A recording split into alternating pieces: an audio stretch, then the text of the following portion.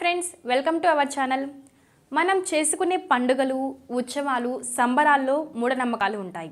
చారిత్రక వాస్తవాలు కూడా ఉంటాయి. కొన్ని సందర్భాల్లో ఏవి మూఢనమ్మకాలు, ఏవి చారిత్రక వాస్తవాలు చెప్పడం కష్టంగా ఉండవచ్చు కూడా. కానీ చాలా పండుగలను విశ్లేషిస్తే అందులో దేవుళ్ళు, మహిమలకి సంబంధించిన నమ్మకాలను, వాటి చుట్టూ ఉన్న పురాణ గాథలను, ఆ గాథల వెనుక ఉన్న చారిత్రక వాస్తవాలను వేరు చేసి చూడగలుగుతాం. అందులో ముఖ్యమైనది దసరా పండుగ. దుర్గామాత సింహారూఢురాలై మహిషాసురుడనే రాక్షసుని వధించింది కాబట్టి ఈ రోజుని పండుగగా జరుపుకుంటారు. ఇక్కడ ఉన్న కథ వేరు, కానీ చెడుపై మంచి విజయం అనేదే భావన. ఇదంతా కాసేపు పక్కన పెడితే అసలు మహిషాసురుడు ఎవరు? దుర్గాదేవి ఎందుకు అతన్ని చంపింది? అసలు చంపడానికి గల కారణాలేంటో ఈరోజు వీడియోలో మనం తెలుసుకుందాం. పురాణాల ప్రకారం ధనువు అనే మహారాజుకి రంభుడు, కరంభుడు అని ఇద్దరు కుమారులు ఉండేవారు. వారిద్దరికీ పెళ్ళై చాలా కాలమైనా కూడా సంతానం కలగలేదు. అయితే సంతానం కోసం రంభుడు పంచాగ్ని మధ్యంలోనూ, కరంభుడు నీళ్ళల్లోనూ నిలిచి ఘోరమైన తపస్సులు చేశారు. అప్పుడు దేవేంద్రుడు మొసలి రూపంలో నీటిలోకి ప్రవేశించి కరంభుణ్ణి సంహరించాడు. కానీ రంభుడు మాత్రం తపస్సు కొనసాగిస్తూనే ఉన్నాడు. అలా రంభుడు తపస్సుకు మెచ్చి కొన్నాళ్లకు అగ్నిదేవుడు ప్రత్యక్షమై వరం అనుగ్రహించాడు.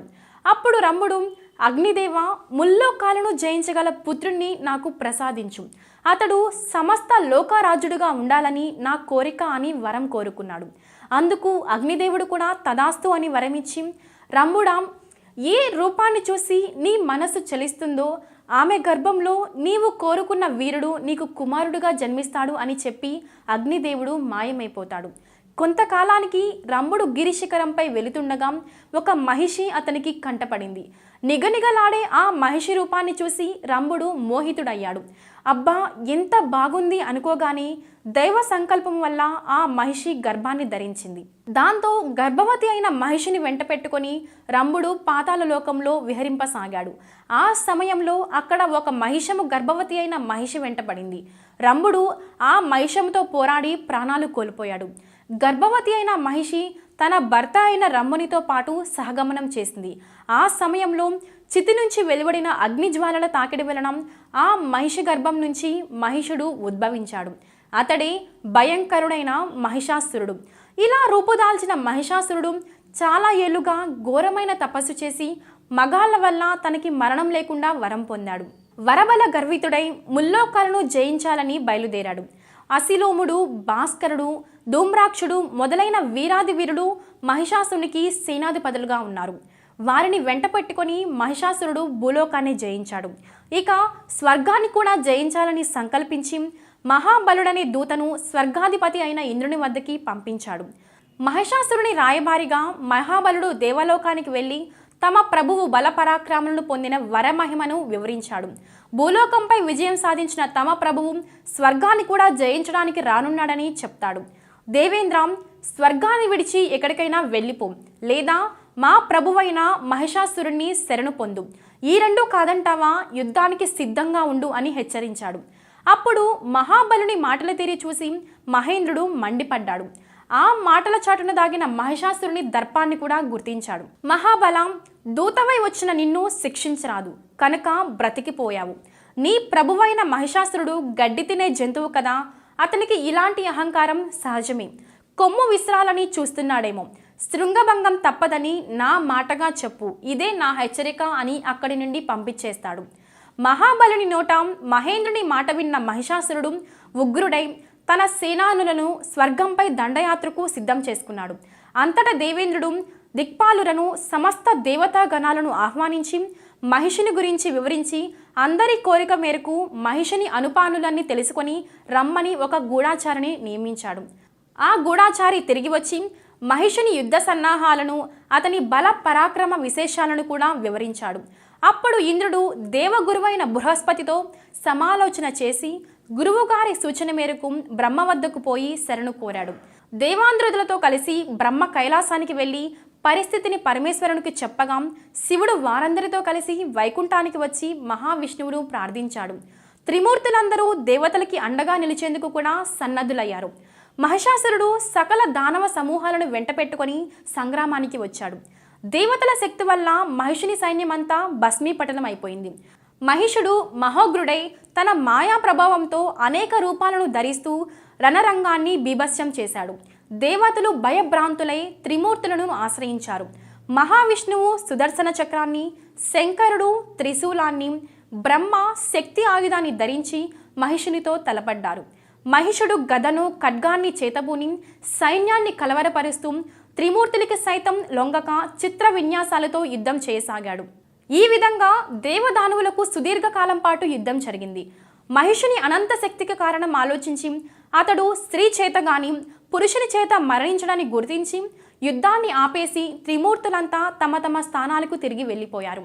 దాంతో మహిషుడు మరింతగా విజృంభించి ఇంద్రుణ్ణి తరిమివేసి దేవతా నగరంను కూడా ఆక్రమించి స్వర్గభోగాలను అనుభవిస్తూ దేవతలకు నిలువ నీడలేని పరిస్థితిని కల్పించాడు. త్రిమూర్తులు దేవతలు సమావేశమై తమ తమ అంశంల నుండి ఒక్కొక్క తేజో విశేషాన్ని ధ్యాన రూపంలో వెలువరించారు. ఆ తేజోరాశి ఒక్కసారిగా ఆకాశానికి ఎగిరి 18 భుజాలు గల మహాలక్ష్మి స్వరూపంగా దర్శనమిచ్చింది. ఆ పరాశక్తి దివ్యదేహానికి పరమేశ్వరాంశంలో ముఖము, యముని అంశంలో కేశాలు, అగ్ని వల్ల నేత్రాలు, సంజ వల్ల కనుబొమ్మలు, వాయువు వల్ల కర్ణములు, అలానే ప్రజాపతి వలన పలువరస, విష్ణు తేజస్సు వల్ల బాహువులు, ఇంద్రాంశంతో నడుము, చంద్రాంశంతో వక్షస్థలము, భూదేవి అంశంతో నితంబ భాగము కూడా ఉన్నాయి. ఆ దివ్యశక్తికి సహస్రార చక్రాన్ని విష్ణువు, త్రిశూలాన్ని శివుడు, అలానే శంఖాన్ని వరుణుడు, శక్తిని అగ్ని, ధనస్సును వాయుదేవుడు, అలానే వజ్రాయుధాన్ని ఇంద్రుడు, దండాన్ని యముడు ఇచ్చారు. దేవతలంతా సమర్పించిన శక్తి సమూహాన్ని స్వీకరించి ప్రకాశించే జగన్మాత పెద్ద వికటాట్టహాసం చేసింది. ఆ నాదానికి దానవులందరూ భయభ్రాంతులయ్యారు. మహిషునకు దూత వల్ల ఈ వృత్తాంతమంతా తెలిసింది. ఆకాశంలో కనిపించిన ఆమె సౌందర్యాన్ని గురించి దూతల వల్ల విని మహిషుడు భయభ్రాంతుడై తన్ను తాను దిద్దుకోలేదు సరికదా కాముకుడై ప్రేలాపనను కూడా ప్రారంభించాడు. ఆకాశంలో కనిపించిన ఆమె సౌందర్యాన్ని గురించి దూతల వల్ల విన్న మహిషుడు భయభ్రాంతుడై తన్ను తాను దిద్దుకోలేదు సరికదా కాముకుడై ప్రేలాపనను ప్రారంభించాడు. దూతలారా, ఎలాగైనా సామోపాయంతో నచ్చచెప్పి ఆ సుందరిని నా దగ్గరకు తీసుకురండి, ఆమెను నేను భార్యగా స్వీకరిస్తాను అన్నాడు. దూతలు ఆ దివ్యశక్తిని సమీపించి మహిషుని చెప్పినవన్నీ విన్నపించారు. అప్పుడు ఆ ఆది పరాశక్తి నవ్వుతూ, మహిషుణ్ణి హతమార్చడానికే నేను పుట్టాను. బ్రతుకు మీద తీపి ఉంటే పాతాళానికి పోయి సుఖంగా ఉండమని చెప్పండి, లేకపోతే యుద్ధానికి సిద్ధంగా ఉండమని చెప్పండి. నా చేతిలో మీ ప్రభువు ప్రాణాలు వదలడం తథ్యం అని చెప్పింది. అయినా సరే మహిషాసురునిలో మాత్రం ఎలాంటి మార్పు రాలేదు. మళ్ళీ తన దూతలను పంపిస్తూ తన గొప్పతనాన్ని వివరించి భారీగా ఒప్పుకోమని నా మాటగా చెప్పండని పంపిస్తాడు. అప్పుడు పరాశక్తి మరింత కోపోద్రిక్తురాలై మహిషుడితో యుద్ధం ప్రారంభించింది. మహిషాసురుడు భయంతో తన సైన్యాన్ని ముందుగా పంపినా లాభం లేకుండా పోతుంది.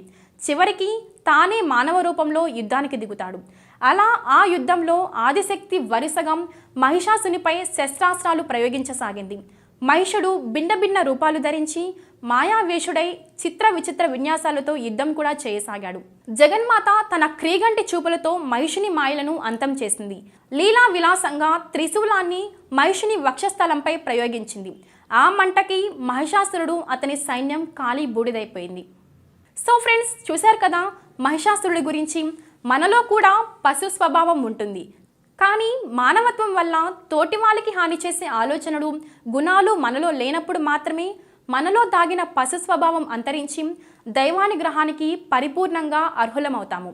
సో ఫ్రెండ్స్, చూశారు కదా, ఈ వీడియో కనుక మీకు నచ్చినట్లయితే లైక్ చేయండి, షేర్ చేయండి. ఇలాంటి మరిన్ని ఇంట్రెస్టింగ్ వీడియోస్ కోసం మా ఛానల్ని సబ్స్క్రైబ్ చేసుకోండి.